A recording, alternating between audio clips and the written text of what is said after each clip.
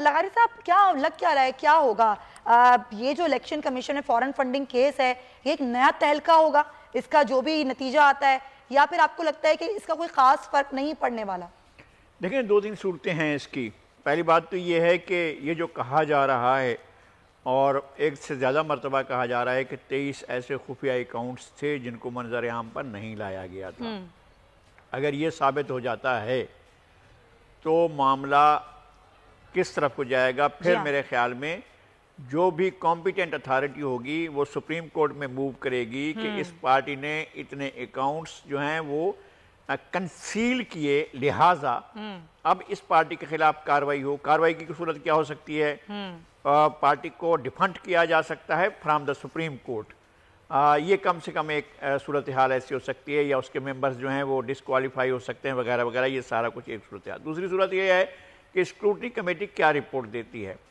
پھر یہ جو اسکروٹنی کمیٹی ہے اس کی اپنی کریڈیبلٹی کیا ہے، یا اس کا اپنا یہ معیار ہے. یہ بھی پھر معاملہ سپریم کورٹ میں ہی جائے گا. جا کر سپریم کورٹ یہ دیکھے گی کہ اسکروٹنی کمیٹی کی رپورٹ جو ہے وہ کیا ہے. یہ ایک نیا پنڈورا باکس کھلنے جا رہا ہے. میرے خیال ہے کہ ایک نئی صورتحال پاکستان میں پیدا ہونے جا رہی ہے، لیکن اس سے کسی کا نکلنا جو ہے وہ آسان نہیں ہے. اگر اسکروٹنی کمیٹی نے کسی پریشر میں کوئی فیصلہ دے بھی دیا تب بھی یہ معاملہ سپریم کورٹ کی طرف چلا جائے گا، اور وہیں سے ہی فیصلہ آئے گا. میرے خیال میں کہ بہت بڑا اس سے ہمیں بہت سی چیزیں نظر آ رہی ہیں، اور سوشل میڈیا تو اور چیزوں سے بھی بھرا ہوا ہے. اور میں نہیں کہتا ہوں، نہ میری نہ خواہش ہے، نہ بالکل کوئی پاکستان کا کوئی بھی شہری نہیں چاہتا ہوگا کہ کوئی نان ڈیموکریٹک رویہ اختیار کیا جائے یا کوئی غیر جمہوری ایسا آپشن لیا جائے، یا ملک کو انتشار کی جانب دھکیلا جائے، ہر شخص پریشان ہو جائے کہ یہاں پر ہو کیا رہا ہے. پوائنٹ لیکن بالکل آپ نے صحیح بات کی ہے لغاری صاحب. اب ظاہر ہے یہ سارا معاملہ شروع کہاں سے ہوا تھا؟ ناظرین جانتے ہیں کہ احتجاج شروع ہوا کہ الیکشن فیئر نہیں ہوئے، پھر کہا گیا کہ جی لانگ مارچ ہوگا. اس لانگ مارچ کی تاریخیں جو ہیں وہ نہیں آئیں. کل جو مولانا فضل الرحمان صاحب نے بات کی، انہوں نے تاریخوں کا بتایا کہ یہ تاریخیں ہیں، اور جس میں ایک تاریخ انہوں نے کل کی بتائی کہ کل جو ہے وہ کراچی میں جو ہے وہ ملین مارچ کرنے جا رہی ہے، جس کا نام ہے اسرائیل مرد آباد ملین مارچ. اور یہ JUI اکیلے کرنے جا رہی ہے. اس میں کوئی پیپلز پارٹی نہیں ہے، کوئی نون لیگ نہیں ہے. اور یہ احتجاج کا سلسلہ کیا یہ یہیں تک ہوگا، یا باقی شہروں میں جو احتجاج ہوگا وہ بھی JUI اکیلے کرے گی؟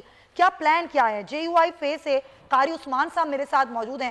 بہت شکریہ قاری عثمان صاحب آپ کے وقت کا. سر یہ 12 جنوری کو درخواست بھی دی گئی تھی سندھ حکومت کو. آج سندھ حکومت کے ترجمان نے تو کہہ دیا ہے کہ ہماری طرف سے پرمیشن ہے، آپ کریں، پرامن احتجاج ہونا چاہیے.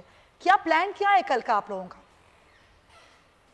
دیکھیں جی، یہ تو آپ کے علم میں ہے، اور بلکہ آپ کے ہاں چل رہا ہے کہ اسرائیل کے حوالے سے جو ہماری نااہل اور ظالمانہ حکومت جو اس حوالے سے اس کی اسرائیل کی حمایت کے حوالے سے جو کچھ پروپیگنڈا ہو رہا ہے یا باتیں ہو رہی ہیں، اس کے حوالے سے جمعیت علماء اسلام نے فیصلہ کیا تھا. کراچی میں عظیم الشان مارچ کا اعلان ہم نے کیا تھا. تو قاری صاحب یہ مطالبہ کیا ہوگا اس مارچ میں آپ کا؟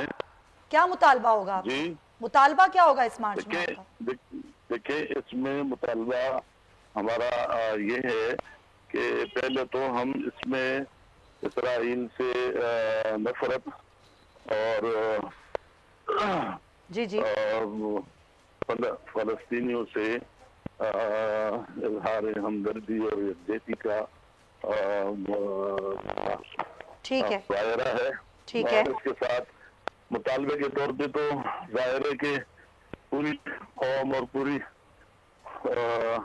پاکستانی قوم کا یہ مطالبہ ہے کہ اسرائیل کو تسلیم کیے جانے کے حوالے سے بھی کارروائی ہو رہی ہے، یا جو بھی اس کے لیے راہ ہموار کی جا رہی ہے، یہ پاکستان اور پاکستانی قوم، اور بلکہ میں یہ کہوں کہ امت مسلمہ کے اس واضح موقف کے خلاف ہے کہ اسرائیل کو